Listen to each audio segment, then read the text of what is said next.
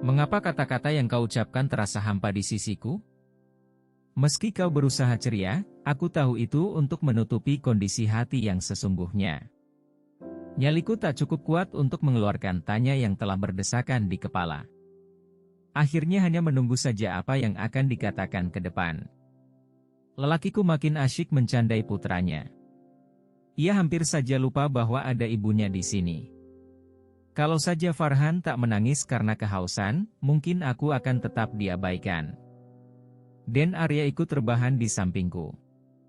Ia melingkarkan tangannya di pinggang ini.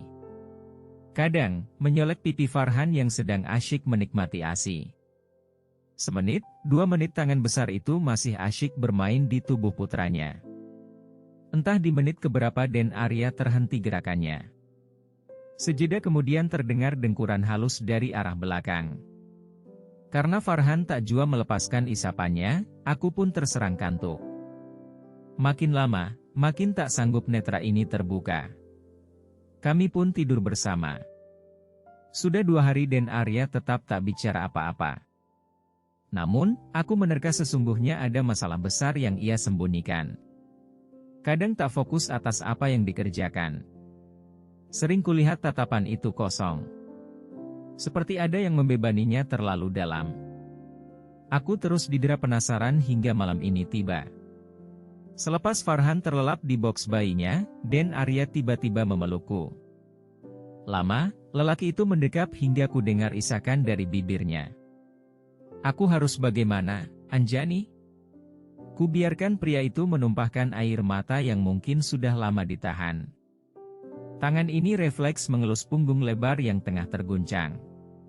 Alisa meminta cerai kalau aku tak menceraikanmu.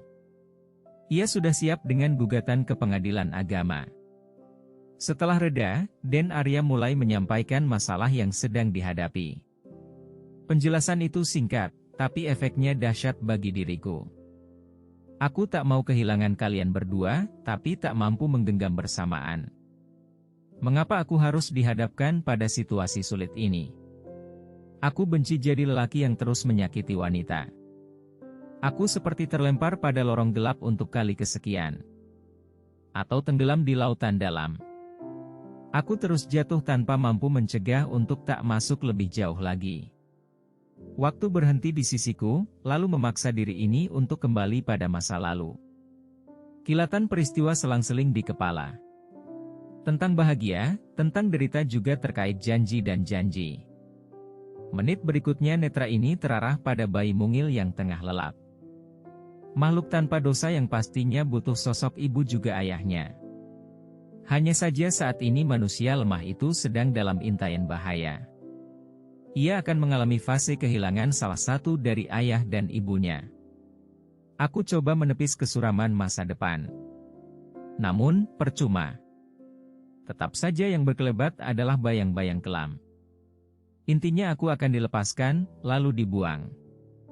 Bagaimana dengan Farhan jika mantan babu ini dihempaskan? Apakah mereka akan merampasnya dariku? Tidak, itu tidak boleh terjadi. Dia adalah sumber kehidupan yang kulahirkan dengan menjadikan nyawa sebagai taruhan. Refleks, aku bangkit dan merengkuh Farhan. Kudekap erat sebagai tanda tak boleh ada yang coba mengambilnya. Melihat reaksiku, lelaki yang matanya masih basah itu ternganga. Jika Anda mau membuang saya, tolong jangan rampas Farhan. Izinkan saya merawatnya. Saya mohon. Aku meracau seperti orang kehilangan akal. 2 tangan ini makin kuat mendekap bayi mung yang masih asyik memejamkan mata. Aku benar-benar ketakutan hingga pikiran terbang kemana-mana. Anjani, apa maksudmu? Siapa yang akan membuangmu, tukas Dan Arya? Lelaki itu bangkit dan bersiap menghampiri. Bukankah Kak Alisa minta cerai jika Anda tak menceraikan saya? Bukankah Anda tak sanggup hidup tanpa dia? Sudah jelas, Kak, yang akan dibuang pastilah saya, ungkapku tanpa kendali emosi. Jantung ini sudah berdetak melebihi kenormalannya sementara napas mulai memburu. Kuseka air mata agar tak jatuh ke tubuh Farhan. Bayi yang masih lelap ini tak terusik dengan suaraku yang sedikit meninggi. Aku mundur saat lelaki itu semakin dekat. Mata ini tertuju pada pintu. Sekilat aku berlari untuk menghindarinya. Anjani! Mau kemana? Tak kugubris panggilan itu. Aku berlari menuju gerbang depan. Hanya ada satu kata yang terekam di benak. Keluar dari rumah ini. Hanya saja, langkah kaki ini tak mungkin mampu menghindar dari kecepatan Den Arya. Lelaki itu hanya dalam hitungan detik telah mampu mencekal lengan ini. Jangan ambil Farhan, kumohon. Aku bisa mati, jeritku beriringan dengan tangisan bayi ini. Tak ada yang akan merebut bayimu, Anjani, bentak Den Arya seperti kehabisan kesabarannya. Lelaki itu merengkuh kami berdua. Sebelum adegan ini memicu keributan keluarga, Den Arya membimbingku masuk. Kutenangkan Farhan yang tangisannya makin besar. Takut mungkin pada jeritanku dan teriakan ayahnya. Den Arya ikut mencoba menenangkan makhluk mungil ini.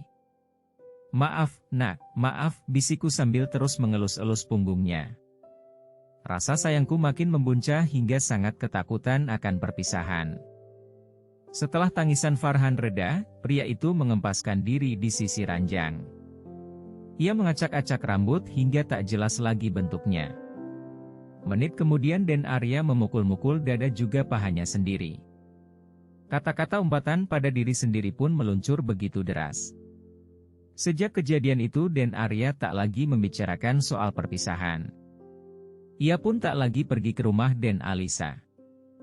Meski penasaran kembali memenuhi kepala, tak mungkin juga mengajukan pertanyaan perihal kelanjutan masalah ini.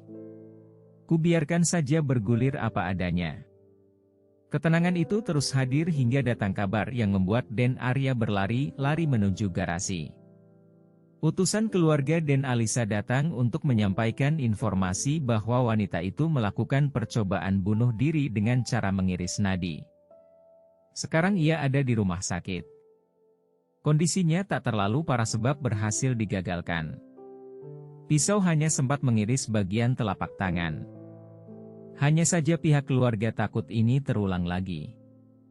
Maka mereka memanggil Den Arya. Dari balkon lantai 2 aku melihat mobil merah milik Den Arya melesat meninggalkan gerbang. Meski sudah hilang dari pandangan, aku tetap berdiri di sini. Tak tahu lagi harus bersikap bagaimana. Mengapa begitu sulit untuk hadirnya ketenangan? Apakah aku benar-benar harus pergi? Sepertinya palu perpisahan tinggal menunggu waktu. Aku harus mengalilipatkan kekuatan menghadapi apa yang akan terjadi nanti. Seminggu kemudian Den Arya pulang. Wajah itu tak lagi berbinar. Ia benar-benar terlihat seperti orang stres.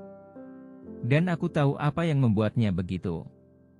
Melihatnya seperti itu, makin yakin bahwa masaku di sini sudah berakhir. Pada akhirnya Den Arya bicara tentang hal yang sudah kuperkirakan sebelumnya.